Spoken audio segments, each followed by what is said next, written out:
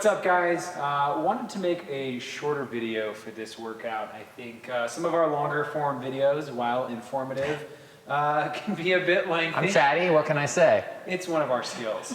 So what we thought we'd do today is shorten things up a little bit. So without further ado, we're gonna cut this workout down. We're gonna start with marching. Marching. So this one, kettlebell.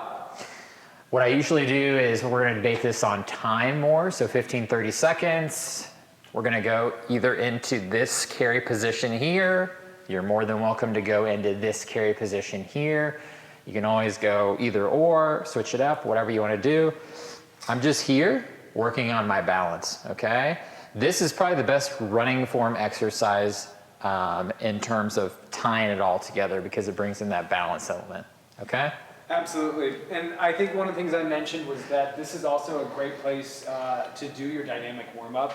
And so marching is not just, you know, we got to get this here, and if you can't hold even this position yet, don't go throwing weight. Oh, please no. No.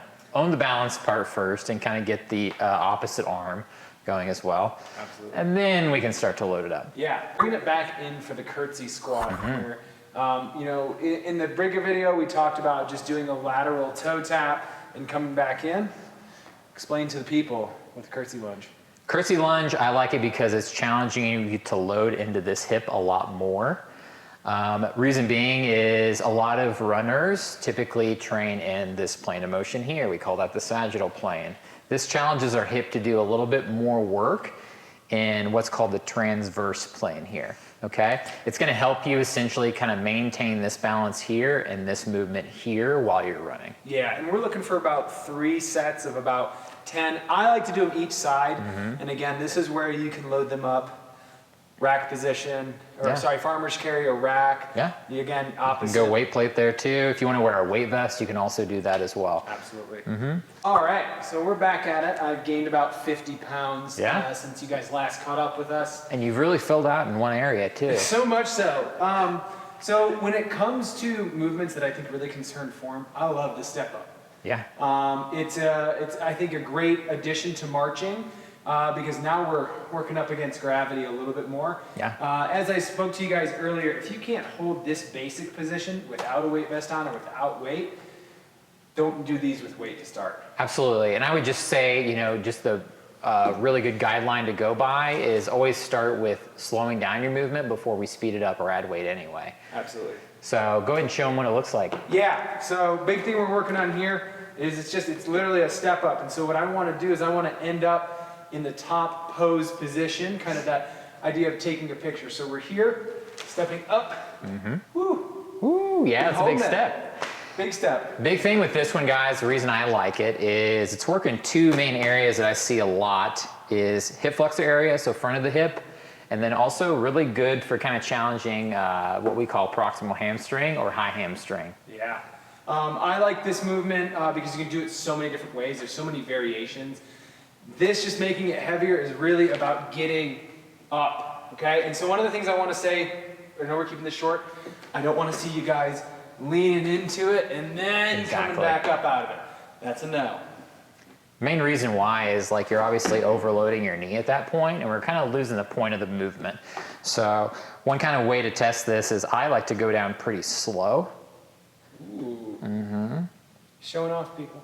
And that helps really load, like I said, hip flexor and then proximal hamstring. All right, gang, so now we're back for the split jack here. So adding the plyos in, we're gonna actually talk a little bit more about building some power. Rep scheme here is gonna be 3 rounds-ish if we want.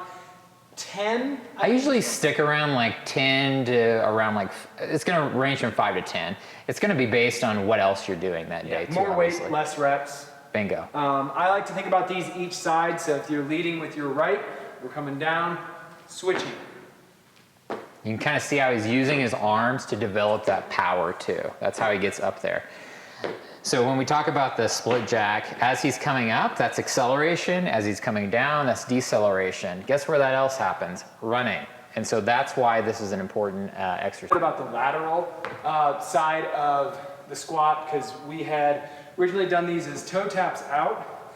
And I think one really good thing is building good neuromuscular footwork, as well as just building a rhythm. I think a lot of people struggle with even finding a rhythm. We're not all dancers. Well, I mean, if you take running in general, I mean, you have to have a little bit of coordination to do this sort of sport. So tying in some of these movements just makes that kind of easy that you can build into your training. What kind of rep scheme are we looking at here though, Andrew? Yeah, I like to, it depends on the movement that you're doing. I think just like you mentioned originally for marching, this is a great one for time. It's good cardio. You build up a taller box, it becomes a little bit more in the strength. Oh, absolutely. Yeah. And then we're obviously challenging what's called the frontal plane here. So that's going to help you when I'm landing on one foot for running. I have gravity that has to control me in this direction here too. So kind of working laterally can help train that. To pogo. Pogo. And there's no pogo stick here, so do you want to explain a little bit about it? I would love to. Pogos for me, I like it as an assessment, but I also like it as an exercise. What he's working on here specifically is he's working on 1 foot, landing on 1 foot. You can start by just going 2 feet. Yep. And depending on how long you take to come up and down, that's going to load upstream a little bit more. So if I'm quick, I'm just working kind of my feet, calves, ankle. If I'm kind of slowing it down, now you can kind of see my knees bending. That's going to load my quads a little bit more. In terms of what he's talking about, you can obviously go and work on that landing too. Yeah, I think that's really key for this, guys. Whether you're going to load it up and wear a weight vest, or you want to do some farmer's carries with a pretty lightweight, because this is a pretty high intensity load movement. Yeah, especially if you're in season. Like if you're hitting high volumes with running, don't throw a weight vest on when you're doing this stuff. That's too much load for that area. This is great off-season work, and I like to think of it like you're almost kind of like you're loading up, and just like you would like a hang clean, you might quarter squat down, and then you can Oh yeah. just regular that, or and really focus on sticking the landing. Absolutely. If you can stick the landing, that's going to translate into when we're landing here, okay, in that run stance.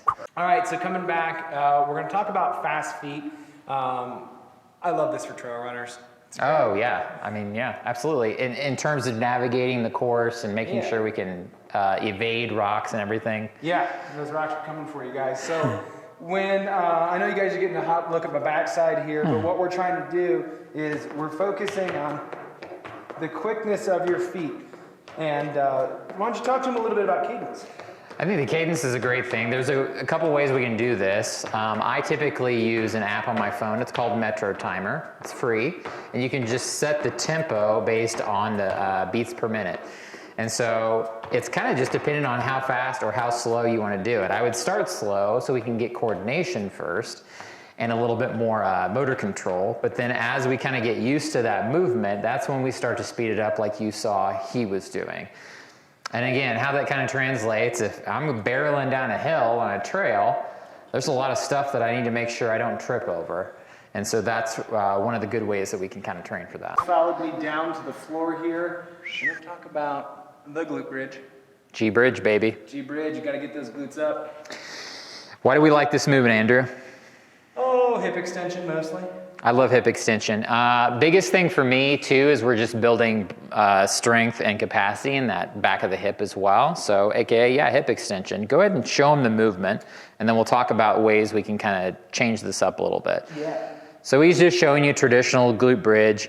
Biggest thing that I see with a lot of people, especially if we start to use a band around the knees, is I like it, but sometimes it means the person rolls their feet out. So one of the important things I want is I want those feet to be gripped onto the ground, whether that's with 2 feet or 1 foot. Go ahead and show them the 1 foot. Yeah, so I'll put this one out for you guys. So start down, and I tend to pull my heel a little closer. Yeah. In terms of how close, how far away for the heel, it's completely up to you.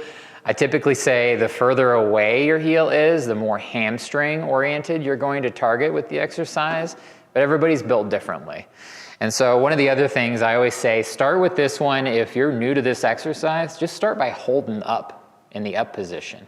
As you get more used to just building more strength, that's when you can work on something like this, like a single leg glute bridge, or just banging out reps. So here's what I'll say for you guys. Copenhagen, is it the plank? Basically, I call it the Copenhagen plank. It's a variation of a side plank, but we're just loading a different area than what you typically might feel in a side plank. Yeah. So in a typical side plank, we're down here. Uh-huh. And we're just focused on... Still a great movement. Yeah, I love this movement. Yeah.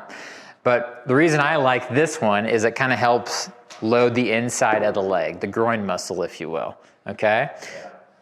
So we're gonna come up. Woo-wee. Oh yeah, wow, buddy. You're showing him the advanced version. Go ahead and go side plank, hold that, and then just put top leg on. Okay. And so where I would probably start is this one here first. Yep. You can always add or take off as much tension with that top leg as you need to. If you want to, the next thing I'm gonna have you do, Andrew, as opposed to just lifting that leg up, go ahead and bring the knee up towards you, that bottom leg. Yeah, boy. And so now we're kind of obviously making this have to work a little bit harder at the same time that we're trying to work this a little bit with the top leg. This is gonna be a time-based thing, obviously. Play around with first just doing that top leg up and then bottom leg supporting. And then you can always work on lifting that leg up like that as your next progression, okay? Absolutely. I can't, no lie guys, like that was actually very tiring. It's a hard movement. It's a hard movement. I would say, start out 3 rounds, move towards 30 seconds. If you don't get there quite yet, don't fret over it. You'll get there. It just takes a little bit of time because it's probably a new movement for most of you.